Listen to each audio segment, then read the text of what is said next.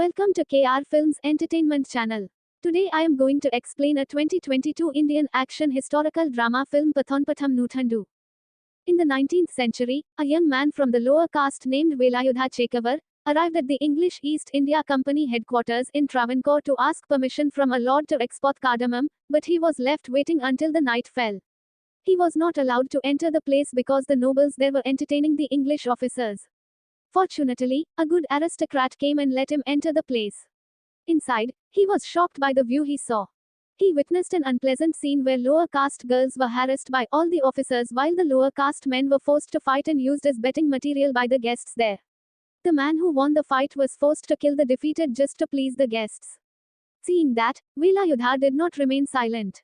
He then stopped this barbaric act and fought everyone there. The officers were angry and immediately surrounded him. Thankfully, he managed to escape from there unharmed. Sometime later, the Maharaja of Travancore ordered Velayudha, the infamous leader of the lower caste, to meet him in the palace.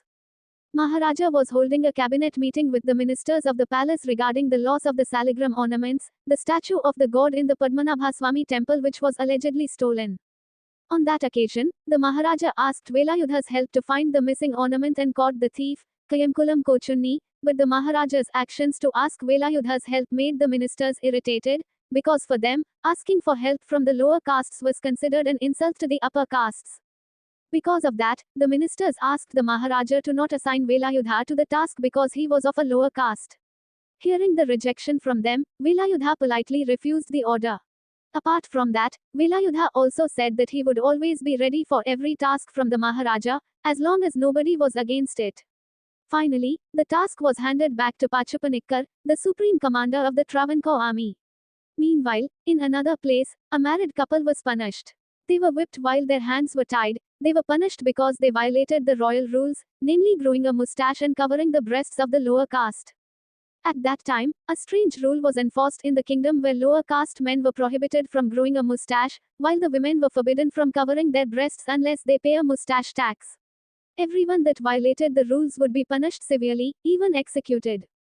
On the other hand, lower caste women flocked to protest against the breast tax rule and invited other women to protect their dignity, but the action was immediately driven away by the royal troops led by the deputy commander named Padavidan Nambi.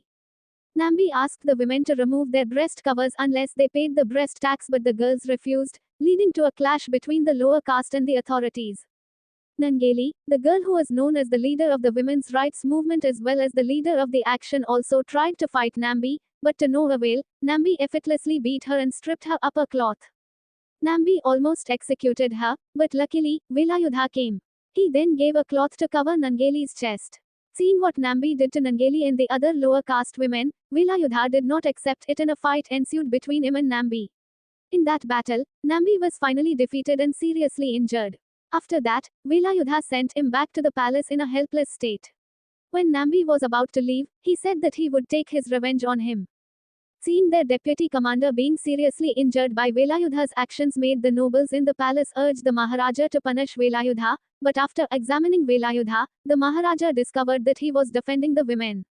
Moreover, he was a person who diligently paid taxes, so the Maharaja refused to punish Nangeli in the lower caste village. Nangeli met his lover. They would soon have a wedding. After that, Nangeli met her friends from the upper caste, but the strict caste system at that time and the discrimination that occurred made her secretly meet his friends and avoid getting caught. Even though they were from the higher caste, they really respected their friends' dignity even though Nangeli was a lower caste herself. Velayudha returned home. Besides working as a trader, he also trained the children in martial arts. He lived with his wife, child, and grandfather. On that occasion, Velayudha's grandfather wanted to see the Kathakali dance performance. Hearing that, Velayudha immediately forbade it because the show was only for high castes and if they were caught, they would be punished. However, Velayudha did not want to see his grandfather sad, and in the end, he allowed his grandfather to see the performance. Velayudha's grandfather could only watch the show from afar, but he was immediately forbidden by one of the nobles, saying he would be punished if he continued. Luckily, Velayudha immediately came and said that his grandfather was innocent because he didn't go to the venue but watched it from outside, meaning that his grandfather was free to watch it any time. On the other hand, Kochunni returned to commit theft. This action was discovered by Pachupanikkar, so he and his troops immediately chased Kochunni and his gang, but unfortunately, Kochunni managed to escape and attacked Pachupanikkar.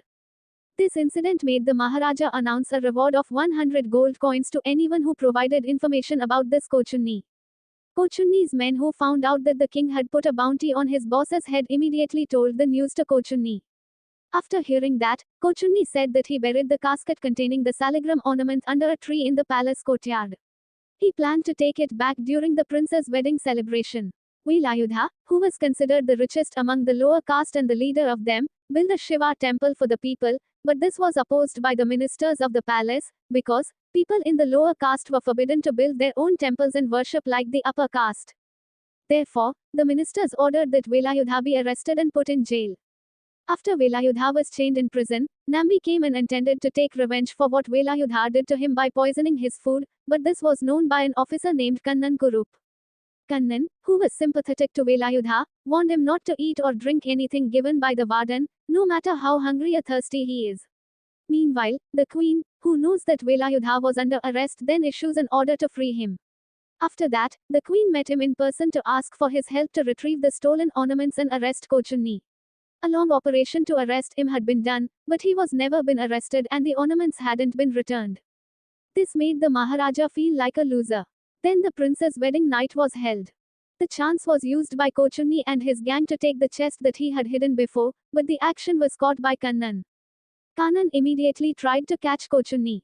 A battle between them ensued, but Kannan's loyalty wavered when Kochunni offered half of the selling price of the ornament to him. He was tempted and decided to let him go with the ornament. Sometime later, Kannan met Kochunni in his hideout with an antique exporter from England named Luper. They planned to sell the ornament in Europe. On the other hand, Velayudha, who had received a mandate from the queen to find out Kochunni's whereabouts, tried to get information from several people until finally, he managed to track down Kochunni after interrogating one of Kochunni's gang members. After finding out Kochunni's whereabouts, he immediately raided his base. When he arrived at Kochunni's hideout, he was stopped by the thugs guarding the place. After knowing that Velayudha was raiding their base, Kochunni faced him while Kannan and Lupa escaped from there. In the end, Kochunni and his gang were arrested by Velayudha. Kochunni was dragged by Velayudha to the palace. For the crime he committed, Kochunni was thrown into prison. Thanks to his success, the Maharaja offered the reward of Veera Shringhala and 1008 gold coins. However, the ministers advised the Maharaja not to give the prize, considering he is of a lower caste. Velayudha decided not to accept the gift because, in exchange for appreciating Velayudha's services, the Maharaja gave him the title of Panikkar. Since then, Velayudha was known as Arattupura Velayudha Panikkar and became the pride of the lower castes. The acts of discrimination committed by the governors and arrogant officers were increasing day by day. They still applied the strange rules to the lower castes. They didn't hesitate to punish those who didn't obey the rules cruelly or even kill them under the pretext of upholding the rules, despite the rules being terminated. The arbitrary action made the lower caste people angry. They told Velayudha about it. Velayudha immediately ordered them not to obey the strange rules, even though it was strongly opposed by the higher caste. On the other hand, Kannan met Kochunni in the prison. They planned evil intentions to kill Velayudha in exchange for a share of the stolen gold coins. When the lower castes were carrying out religious rituals, Nambi and his troops raided them. Not only that, but they had made chaos there and killed Velayudha's grandfather. After finding out that Nambi had killed his grandfather, Velayudha fought Nambi and ended up killing him. Suddenly, someone shot him, but luckily, the bullet only hit his arm. Velayudha immediately chased after the mysterious shooter and it turned out that it was Kannan and Bava who shot him. While chasing them both, Velayudha threw a tree branch and made them fall from their horse. Bava was caught but Kannan managed to escape before he was shot by Velayudha while jumping into the river. After that, Velayudha brought Bava to the Maharaja. The ministers of the palace insisted that Velayudha be executed for killing Nambi. Velayudha, on the other hand, said that he did that to defend himself. His action of killing Nambi was because he had killed 4 innocent people. Besides, Nambi had also killed his grandfather. Not only that, but Velayudha also presented Bava as the witness of treason done by Chandrupila, one of the ministers of the palace. According to Bava, Chandrupila had received a bribe of 10,000 gold coins from Kochunni in exchange for him to tell Kochunni about the information about the arrest operation so that Kochunni can escape. Hearing this, the Maharaja immediately imprisoned Chandrupila and Bava. He also freed Velayudha from all charges. However, the next trial was adjourned because the royal advisor told the Maharaja to hold a religious ritual. The governors who feel threatened by Velayudha conspired to get rid of him. Kamal and Raman Thambi, part of the ministers of the palace, got off to Kandappan, Velayudha's close aide. Meanwhile, Velayudha was holding his grandfather's funeral. After that, he planned to go to Anantapuri. This chance was then used to get rid of him. Peshkar, the queen's younger brother, found indications of people wanting to do bad things to Velayudha. He then met Velayudha to convey a message that he was being targeted for assassination. Based on that information, Velayudha decided to travel to Anantapuri by boat to avoid danger.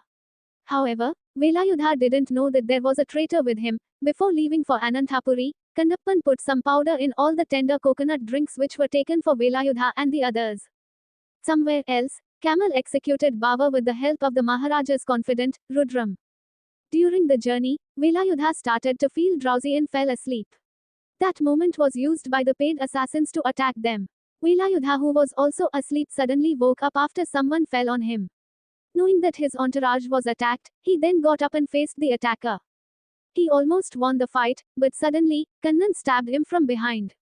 Even though he was seriously injured, he managed to win the fight but later died after major blood loss. The sad news was spread all over the country. The lower castes were mourning Velayudha's death. They had lost someone that had defended their rights. After Velayudha's death, Nangeli was tied and beaten up for covering her chest. She was offered freedom in exchange for paying breast tax to the governors, but she said that she'd rather die than have to submit to inhumane rules. Kalu, Nangeli's father, came to rescue her but ended up beaten. Seeing her father beaten up by the authorities, Nangeli agreed to remove her upper cloth and to pay the breast tax, but as soon as she was released, as a protest to the injustice for the lower caste, with a sickle that she kept behind her back, in front of many people, she chopped her breast and presented it before the governors. Finally, Nangeli died from blood loss. Soon after, Chirukkandan, Nangeli's lover, came to the place. He saw her loved ones cremated in front of his eyes and decided to jump into the funeral pyre. That incident aroused fury and distress among the lower castes. They rioted and burned down the assets of the nobles. The action became more and more widespread, so the Maharaja decided to revoke all the strange rules that existed to save the kingdom and also allowed women to cover their upper body. Thanks for watching.